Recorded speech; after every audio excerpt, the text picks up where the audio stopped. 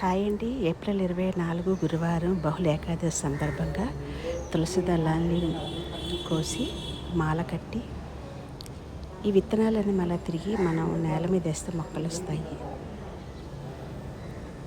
దండ కట్టడం కూడా తెలియని వాళ్ళు ఉంటే తెలుసుకుంటారని చూపిస్తున్నాను. నమ తులసి కళ్యాణి, నమో హరిప్రియ శుభే, నమ మోక్షోద్ధాయ. మదన గోపాల స్వామికి సమర్పించుకునే అదృష్టం దక్కింది. వసుదేవ సుతం దేవం కంసచారణ మర్దనం దేవకీ పరమార్థం కృష్ణ వందే జగద్గురు. ఇవన్నీ గుడి లోపల ఉన్న ఉపాలయాలండి. ఆంజనేయ స్వామి, లక్ష్మీనరసింహ స్వామి, వెంకటేశ్వర స్వామి గరుడి మంతులు ఉంటారు. అన్ని ఉత్సవాలు బాగా జరుగుతాయి. నిత్యం ఏదో ఒక కార్యక్రమాలు, దైవ కార్యక్రమాలు జరుగుతూనే ఉంటాయి. గోశాల, అష్టలక్ష్ములు,